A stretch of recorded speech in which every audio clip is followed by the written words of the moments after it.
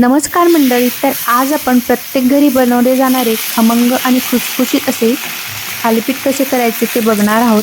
आणि आजचे हे थालीपीठ मक्याच्या दाण्यांपासून मी बनवणार आहे. अतिशय पौष्टिक असे हे थालीपीठ आहे. जरी एखाद्या वेळेस भाजणीचं पीठ नसेल ना, तरी पण आपण हे थालीपीठ बनवू शकतो. आणि आजचं हे जे थालीपीठ आहे ना, ते मी बाजरीच्याच पिठापासून बनवलेलं आहे. त्यामुळे थंडीच्या दिवसात असं हे थालीपीठ खायला अतिशय छान लागतं. आणि थंडीच्या दिवसात भाज्या पण भरपूर प्रमाणात येत असतात. त्यामुळे मुलं जर एखाद्या वेळेस भाजी खायला नको म्हणत असतील ना, तर असं हे थालीपीठ करून द्या. मुलं पण आवडीने खातील.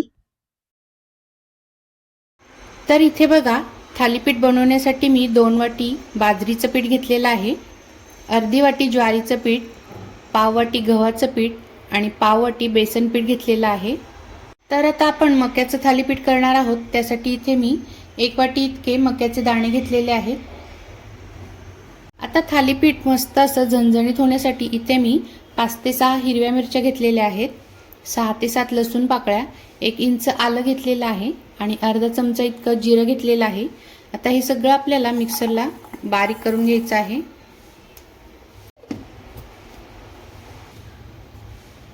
तर इथे बघा, या पद्धतीने हिरव्या मिरचीचं वाटण करून घ्यायचं आहे. आता याच भांड्यात आपल्याला हे कॉर्नचे दाणे देखील बारीक करून घ्यायचे आहेत.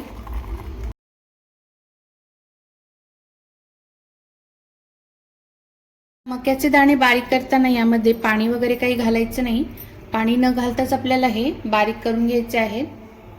इथे बघा, हे दाणे बारीक करून झालेले आहेत.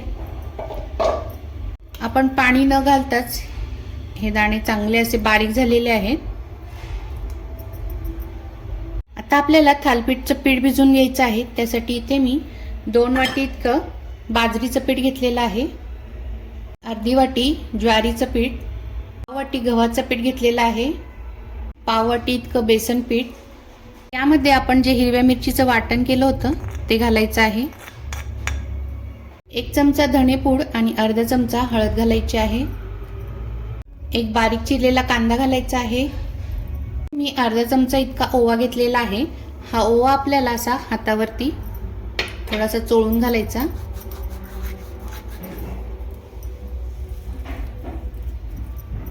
दोन चमचे इतके तीळ घालायचे आहे. तीळ घातले की थालीपीठला छान असा खमंगपणा तर येतोच, पण खाताना देखील ते छान लागतात. तर यामध्ये भरपूर अशी कोथिंबीर घालायची आहे. आता यामध्ये आपण ही जी मक्याची पेस्ट केली होती ती घालायची आहे. थंडीमध्ये अशा भरपूर भाज्या येत असतात, त्या देखील तुम्ही घातल्या तरी चालेल, म्हणजे मुले आवडीने खातात. आता यामध्ये चवीनुसार आपल्याला मीठ घालायचं आहे. आता यामध्ये लगेचच पाणी घालायचं नाही, आधी हे चांगलं मिक्स करून घ्यायचं.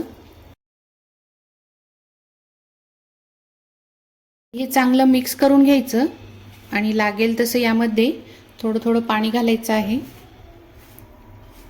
कारण मक्याची जी पेस्ट आहे ना, ती थोडीशी ओलसर आहे, त्यामुळे अंदाज घेऊनच आपल्याला यामध्ये पाणी घालायचं आहे. आता हे सगळं आधी मिक्स करून घेते. आता यामध्ये थोडं थोडं पाणी घालायचं आणि खूप जास्त घट्ट पण नाही आणि पातळ पण नाही, असं हे पीठ आपल्याला भिजवून घ्यायचं आहे.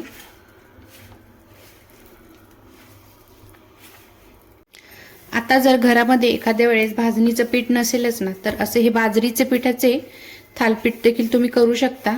अतिशय छान लागतात. आणि मुलं जर एखाद्या वेळेस भाज्या खात नसतील तर अशा बारीक करून थालीपीठमध्ये घातल्या तरी मुलं हे थालीपीठ अगदी आवडीने खातात. इथे बघा, आपलं पीठ मळून झालेलं आहे. असं या पद्धतीनं हे पीठ आपल्याला भिजवून घ्यायचं आहे. तर आता काय करायचं, खाली असा पोळपाट ठेवायचा आणि त्यावरती ही अशी एखादी प्लेट ठेवायची, म्हणजे थालीपीठ जे आहेत ना ते आपली एकाच आकाराची येतात. आता पाण्यामध्ये एखादा रुमाल वगैरे घ्यायचा आणि असा बुडवून घ्यायचा तो.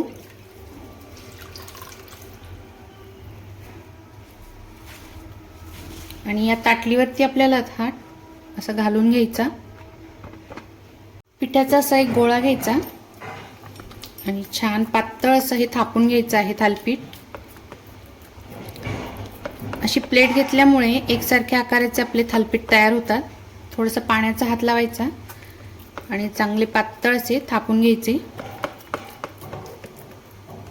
आता थालपीठ थापून झाल्यानंतर मध्ये असे होल करायचे, म्हणजे थालपीठ जे आहे ना ते खालपर्यंत चांगले असे भाजले जातात। एका बाजूला मी तवा तापायला ठेवला होता, त्यावरती आपल्याला असं तेल घालून घ्यायचं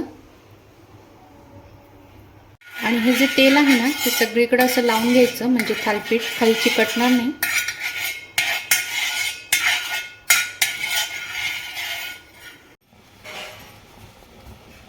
तर आता इथे बघा तवा चांगला असा गरम झालेला आहे, त्यावरती हे थालपीठ घालायचं आणि रुमालावरती असं थोडंसं पाणी शिंपडायचं, म्हणजे काय होतं हा जो रुमाल आहे ना तो अगदी सहज निघतो।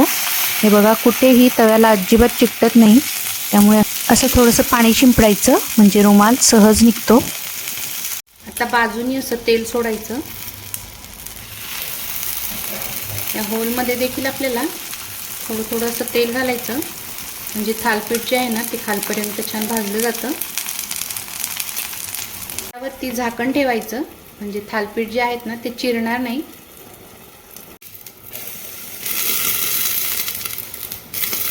झाकण काढून घ्यायचं, झाकण ठेवल्यामुळे अजिबात कुठेही थालपीठ चिरत नाही। आता हे दुसऱ्या बाजूनी पण छान असं खरपूस भाजून घेऊया। हे बघा मस्त असं थालपीठ झालेलं आहे।